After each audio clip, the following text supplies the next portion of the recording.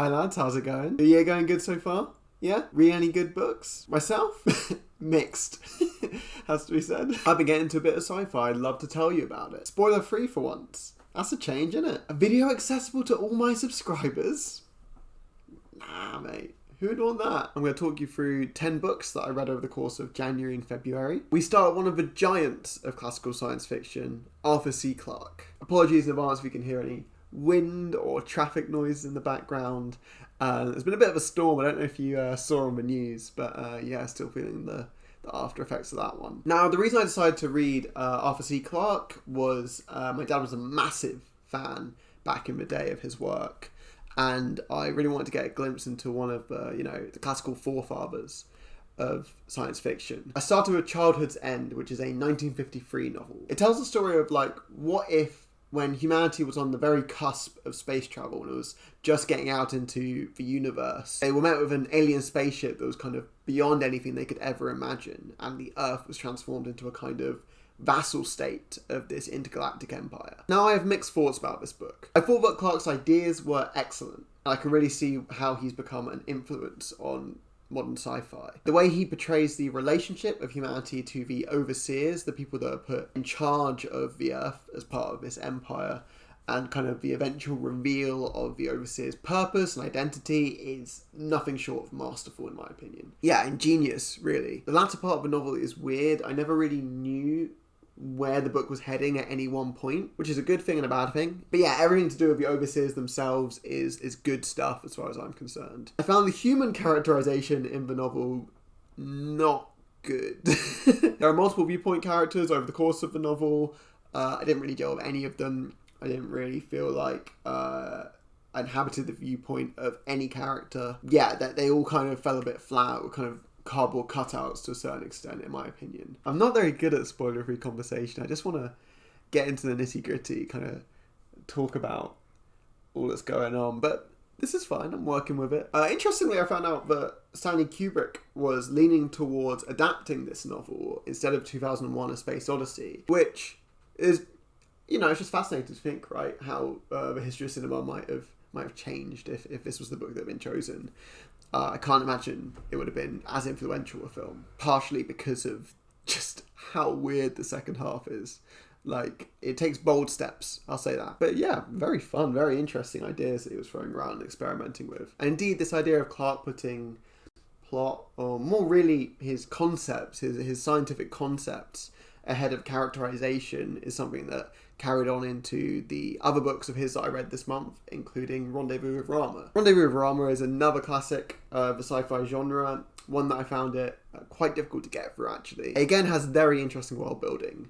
It kind of tells the story of an Earth which is hit with a comet in 2077, and therefore kind of adapts a system of it's called Space Guard, I believe. It kind of an adaptive system to prepare for any objects that came in from outer space. What they weren't expecting is kind of a perfect cylinder to come zooming into the solar system directly on kind of a straight course path. It turns out that this is of alien construction. Commander Bill Norton assembles a team together to go and investigate the ship that has been christened Rama when it was originally believed to still be a comet after a Hindu god. Yeah, it was an okay read. I like the descriptions of the ship, the things that humanity ended up interacting with that were inside the ship, but the characterization was weaker than in Childhood's End. It was a slow read.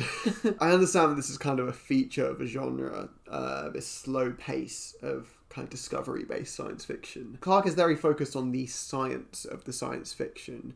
It's interested in technology and in the coming up against new cultures and worlds that you haven't interacted with before. However, disappointingly, I didn't really feel that sense of wonder when I was reading the book. Maybe this is just indicative of modern reading habits, or the fact that I'm reading this book now, 60 years or something after it was published. But I think that without a essential character to kind of ground this novel in and to ground the experience of the narrative, I found it hard to be excited or interested or or see any peril in anything that was going on. Yeah, it felt sterile and dragged out, even if the ideas behind it were interesting, which was a shame. The final book I read of his, The City in the Stars, did at least try to ground the story in character work to an extent, which I hoped would, alleviate some of these issues. It didn't really, but fascinating world building again. You might be able to sense a pattern here. It tells the story of Diaspora, which is the last city on Earth that's kind of existed by itself for millions of years now. Every human in the city is recycled, they're cloned. So you wake up, you live your life, and then at the age of 20, you kind of find out that you're actually part of a long chain of past lives. And as you continue to grow older, to much larger human lifespans, you begin to regain your previous memories. Nobody has any interest in stepping outside the walls of the city of Diaspora. They fear the threat of the alien invaders, a kind of mythical enemy for humanity that drove them down and kind of destroyed their empire millions of years ago and left them with this one city. The city itself is remarkable. It has enhanced projection software that kind of allows people to be in multiple places at the same time. It has room to completely fulfill all of humanity's needs. But of course, inevitably, one day, someone is born who does not have any past lives, who reaches that crucial age and finds there's no one to remember. The world that Clarke develops is a fascinating one. The kind of science fiction elements that our protagonist Alvin comes up against are enjoyable, and the latter half of the book has some interesting diversions that seem to be part of Clarke's speciality, based on my reading of these 3 novels. But at this point, 3 novels in, I'm kind of starting to suspect maybe Clarke would just be better as like a dungeon master or something. I don't know, he feels like he's very good at creating these big sandboxes in which to play in, but then, for me, doesn't deliver the grounded character work that makes it enjoyable as a narrative experience. Yeah, he just has no interest in bringing anything beyond bare bones characterization and utterly functional writing to his stories. So I give Clarke between 2 and 3 giant indecipherable alien objects out of 5. Clarke wasn't the only author I read 3 books of during this sci-fi challenge though. Oh no. When I decided to go down the route of reading some classic sci-fi, there was an author who I've always kind of wanted to read into, that I really was excited to get started on, and that was Isaac Asimov. And the series of books is the Foundation series. I'll try and be as spoiler-free as possible, but given that I'm reviewing 3 books in this series, there might be the slightest minor hint of a little spoiler, a little boy. The first book that's the setup for the Foundation series is simply called Foundation. It tells the story of a 12,000-year-old empire in its dying days, though the empire itself isn't quite aware of that yet. We begin on Trantor, the capital planet of this empire close to the cosmic core, where a man known as Harry Seldon has made kind of staggering developments in the experimental field known as psychohistory, a kind of form of predictive analysis that's allowed him to see how the next,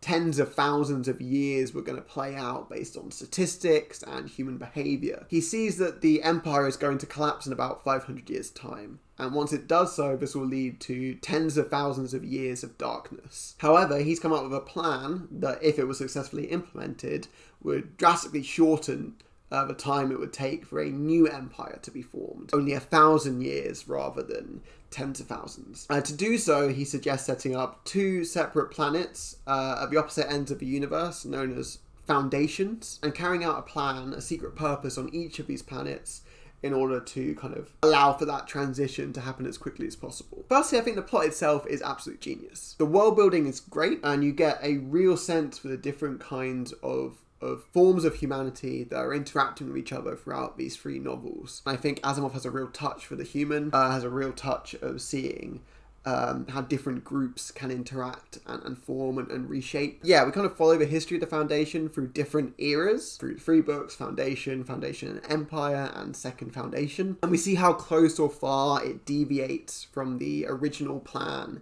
the Seldon plan that had been set out for them. Cleverly, Asimov does make interesting use of the kind of cyclical nature of human civilization in telling this story. Yeah, you kind of have this pattern of young revolutionaries coming to power, kind of changing the way that things are done, believing that they have created a bright future, becoming complacent, ignoring people on the outskirts who have their own ideas on how to run things, and again heading into a crisis before they know it's coming. However, it would have been incredibly boring if this cycle just repeated as is throughout the 3 novels. I won't go into detail on how he does it, but Asimov is really able to kind of shake up your expectations as you're going through these novels. You're not just going through the same thing over and over. He's able to subvert the kind of godhood of a man who, you know, could predict the future and kind of the questions that would raise in the society that he founded. And he does make sure that you actually feel like these characters that are in the novel are facing genuine risk. Yeah, I can see why this series won the Hugo Award for Best All-Time Science Fiction Series. I'm excited to delve into the other books in the Foundation series, the kind of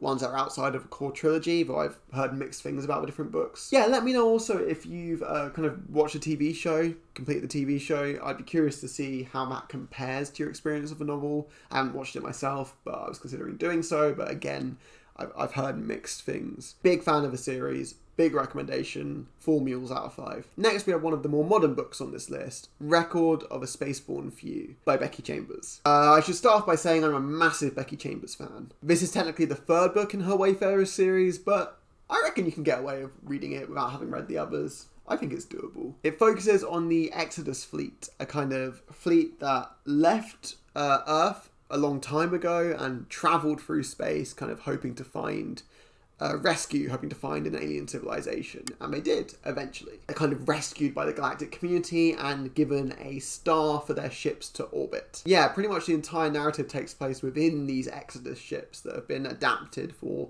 long-term human survival. Communities that are hundreds of years old, through which people live, work, and eventually die. We follow a number of different protagonists over the course of the novel who kind of each show us different facets of the way that the Exodus live their life at a kind of pivotal time for their civilization. One character works in the kind of funeral rites of the Exton people. In Exton culture, people's bodies are taken to be used as kind of compost that would help fuel the continued existence of the people that live on the ship. It's quite a key part of their culture, but has continued on from the years in which they travel between solar systems. Another protagonist, Kip, is someone who, like many others at this crisis point in the history of the ships, is increasingly becoming attracted to the idea of living on planet side, you know, getting out of the ships and going to see the universe. We kind of get this picture of a fleet which is increasingly getting more and more space with less and less people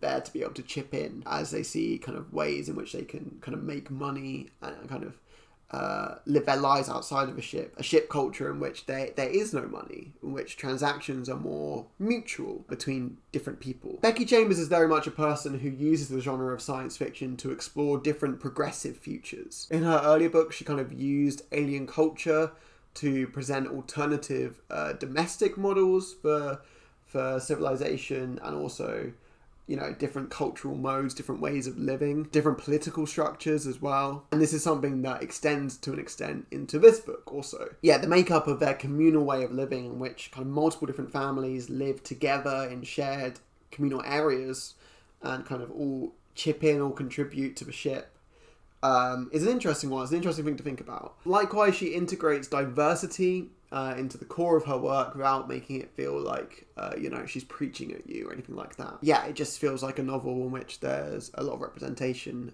which I know brings a lot of happiness for a lot of people. Yeah, I could go on, but basically if you're into fun sci-fi, into enjoyable, I kind of heard someone describe it as flower punk sci-fi, then I think these are the books for you, the whole Wayfarers series. I think something that Chambers really excels at is the depiction of truly weird aliens, but manages to make them fit in to kind of show how galactic community with people who are truly extraordinarily different to you actually can function and can work. Yeah, I'd recommend any of the books in the series. My favourite of the ones I've read so far was The Long Way to a Small Angry Planet, which is the first one in the Wayfarers series, but you can't really go amiss with any of them, including this one. Yeah, for this particular story, I don't know, I feel like there could have been a tighter narrative focus. I feel like some of the protagonists were slightly less developed than others, but generally I enjoyed it a lot. and I would give it 3 generation ships out of 5. Next up we have The Dispossessed by Ursula K. Le Guin. Again, I should start by mentioning I am a big Le Guin fan. I mentioned it in my BookTube intro video, and I'll mention it again now. You can't stop me. I just think she's neat. It'll come to no surprises to you as such that I adored this book. That being said, do you ever have a book that is just like a massive mental block for you? Like, you read the first chapter as many as like 10 times but still unable to get into it. For me, The Dispossessed is one of those books. The other one is Love in the Time of Cholera by Gabriel Garcia Marquez. I'll get to it eventually. I've got one of them out of the way now. Yeah, the initial scene, I don't know, of just an angry crowd gathering at a spaceport where a solitary ship is going up and down. It just didn't grab me the first dozen or so times I attempted to read it. Surely not that many, but getting close. But watchers, I implore you to give this book a read. It is phenomenal. It really does rank up there with The Left Hand of Darkness for me, which is my favourite Ursula K. Le Guin book. I'm almost glad I waited to read it, because I think if I read it if I was younger, I wouldn't have appreciated it as much. I think I would have found it a bit difficult. The Dispossessed is a clear-minded, thoroughly constructed, and emotionally vested work. A work of sci-fi that offers no easy answers. The lead character is Shevik, a scientist who is perhaps the brightest mind of his generation. He's grown up in an anarchist society, a society founded on the teachings of a long-dead woman named Odo. The novel takes like the classic concept of what would society be like if it was anarchist and it was like on an island? But it takes that, and hear me out, puts it on a moon. The Dispossessed forays deeply into the benefits and the difficulties of a society that's based on collectivism, but in a situation of resource scarcity. This moon is a place which is not exactly fertile with resources. And this is very interesting to look at, given that we know that any anarchist society that were to happen in the future would almost certainly be in a place with resource scarcity, looking at the world as we look at it now. Yeah, it's an interesting look at how people, even in a society which technically has no elites, may tend towards stability as time progresses. Even people with the best intentions, unless they are given prompts, and in this story, Shevik is that prompt. Heading over from the anarchist moon of Anares to a Cold War style planet called Uras, which is kind of the planet that the moon orbits and where they originally came away from. And it's interesting to see this guy coming up against the concept of capitalism for the first time, and seeing him, you know, trying to understand it without becoming too heavily influenced by it, given all the teachings he's had when he's growing up. Yeah, Shevik is an interesting, compelling, if troubling lead for the story, and the core romantic relationship he has in the novel is ideal and beautiful, mostly. His inadequacy and frustration and inability to truly carry out the kind of ideals and dreams of his nation are very interesting to watch. It's very interesting in the context of, clearly, Le Guin is thinking about the Cold War, thinking about modelling one of the two places on her planet after kind of Russia, maybe reading more like China now, and the other on the United States. Yeah, I really like this novel. Le Guin's writing is just like top tier in my opinion. It just is consistently moving, consistently enjoyable, and I don't really have any faults to list about this novel. And the final lines, beautiful. I give this book 5 empty hands out of 5. Next we have The Moon is a Harsh Mistress by Robert A. Heinlein. Yeah, I had very little expectations going into this story. Again, a classical sci-fi work, and I think I was expecting something a lot more quaint, which sounds incredibly rude, but it's true. I have no idea why, but when I hear Stranger in a Strange Land, which is his other novel, I kind of think of, I don't know, like a Casablanca style situation, like, you know, long coats and like the hats and how do you do, ma'am? You know, that kind of vibe. Yeah, it wasn't that. In fact, you know, if you read Dispossessed and you're thinking, I wish I had another moon-based story about political radicalism, you know, that's what I'm looking for. You got it. That's what this is. The Moon is a Harsh Mistress is a thought-provoking, complex story of, you know, libertarian ideals being carried out on a moon. On a moon. Our protagonist is Manny, and the kind of moon that he inhabits is like an Australia-style penal system in which people have been shipped up into space following prison sentences to just kind of exists there no longer our problem. It's become a harsh and libertarian-minded place in which laws are kind of more tacitly agreed than anything else, or where there is a warden and a police force that don't have much ability to control the populace. And yeah, stuff like polyamory is standard because there are way more men than women because of the prison system. So they kind of have formed big family units, kind of similar to Becky Chambers, but very different in its reality. Manny's best friend is an artificial intelligence named Mike, short for Mycroft from the Sherlock Holmes series, don't ask. And he becomes increasingly sophisticated as the novel goes on. It asks the question of what if revolution was formed in kind of tiny cells of free, which people didn't know the kind of broader strokes of the tree of the revolution, but it was all kind of centralized through one point, and that point being a supercomputer who can be everywhere at once and everyone to everyone. How could anyone try to stand up to a revolution like that? I guess you'll find out if you read the book. Did I enjoy the novel? I'd say mostly yes. Like Clarke before him, I'd say that Heinlein was way more interested in ideas and concepts than he was in strongly developed characters. Moreover, I'm not really sure the values of the book are values that I'd agree with, but you know, it's reading literature. I found the computer's running total of the odds confusing and kind of hard to believe. I didn't really enjoy that aspect of the novel. He kind of counts down every time a big change happens and is like, there's now a 1 in 60 chance of this happening successfully. Now there's a 1 in 30. And it's like, well, what am I meant to take from this? And the writing style, though understandable based on the character that was telling the story, I kind of found hard to go on with. Didn't really enjoy it. Definitely dragged at times. Seems like quite a typical thing of some science fiction. I still think I'd recommend this. Definitely worth a read if you fancy it, if it sounds like it appeals to you. 3 catapults of grain out of 5. The final book we're talking about is The Dark Forest by Cixin Liu. I've been thinking about how to talk about this book, and I've come up with very little. Primarily because it's a sequel, and the details of the plot of the sequel are a bit of a spoiler for the first book in the series. And by a bit of a spoiler, I mean a massive spoiler for the first book of the series. So I might just talk about the first book and the plot of that, and then talk about what I thought about the second book. And you might just have to put up with that. So this is the second book in the Remembrance of Times Past, the Remembrance of Earth's Past series. Proust. Frickin' Proust. Get out of here, Proust. So what I will say is really good.